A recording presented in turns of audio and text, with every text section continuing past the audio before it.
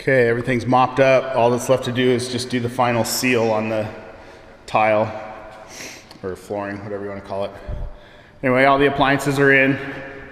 I was able to get a flat plug on here so that we were able to push it back so everything lines up now. It's all flush, looking good. There's all your warranty cards and everything. You can fill those out whenever you want. There's more stuff in that drawer there for the faucets. I don't even know if you want to put them in for or put warranties in for the faucets, but if you want to register it, you can. So anyway, everything's looking good, ready to go.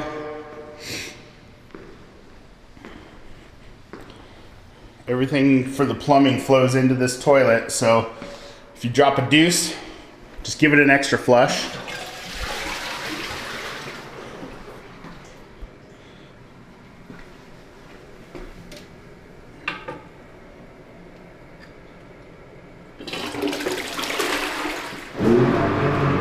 That'll grind it right up.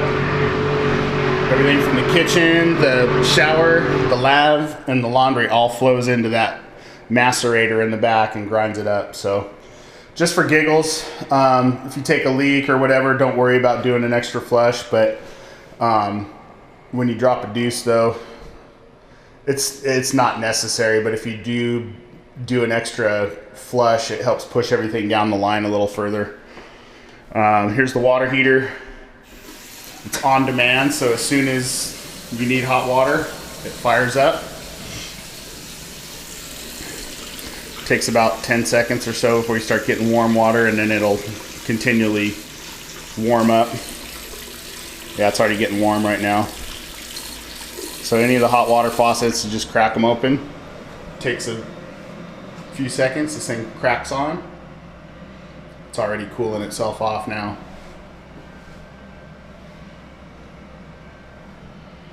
Another thing with this toilet too, the lid hangs up on the handle, so it doesn't allow the handle to go all the way up. So sometimes it'll, when you flush, see how it just held itself there for a second.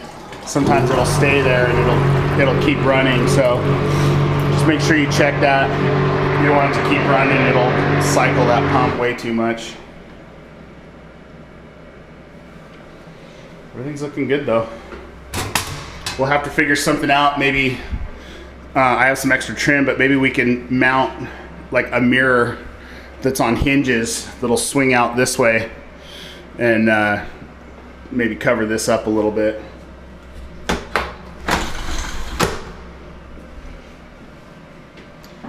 But yeah, we'll have to get creative on that.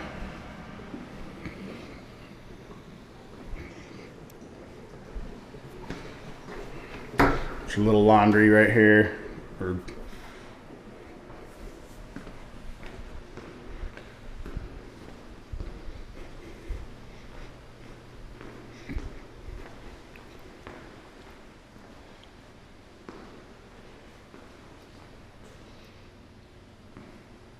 Oh, the remotes for the ceiling fans are over there. That's basically it. I'm gonna put a final mop on this. Oh, let's do the well too. I'm circulating off some of the water from the well right now.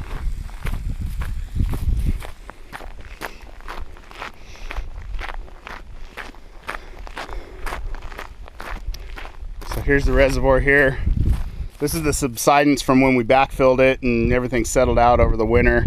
I can't get rock right now, but when I get back, I'll get some rock and we'll get this all done. But that's the reservoir. That should be kicking on here any minute. In fact, you know what? Let's just cheat it. We'll cheat it and make it go on right now.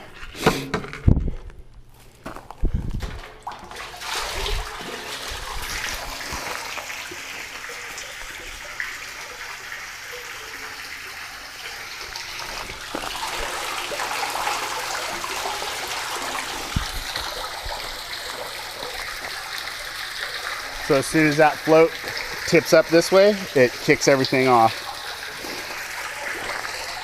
You got about 1.5 foot differential. So as that float goes down, then the well kicks on. As soon as the water level gets back up, the float kicks up and turns off.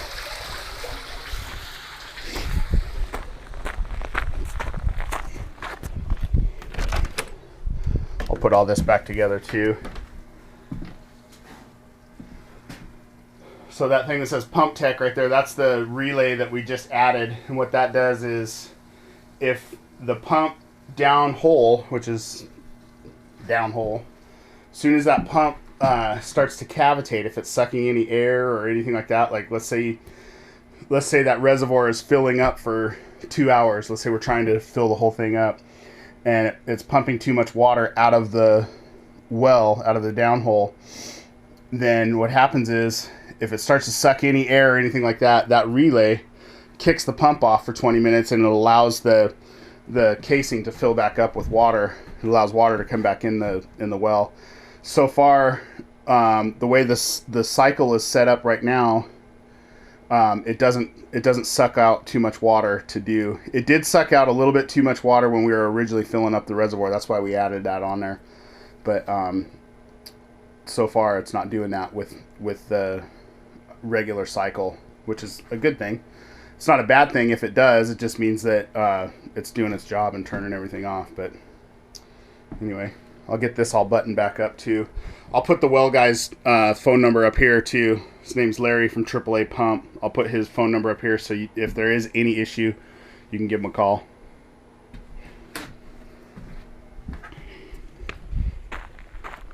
Yet another beautiful day down here. So I'm going to get this buttoned up and get out of here.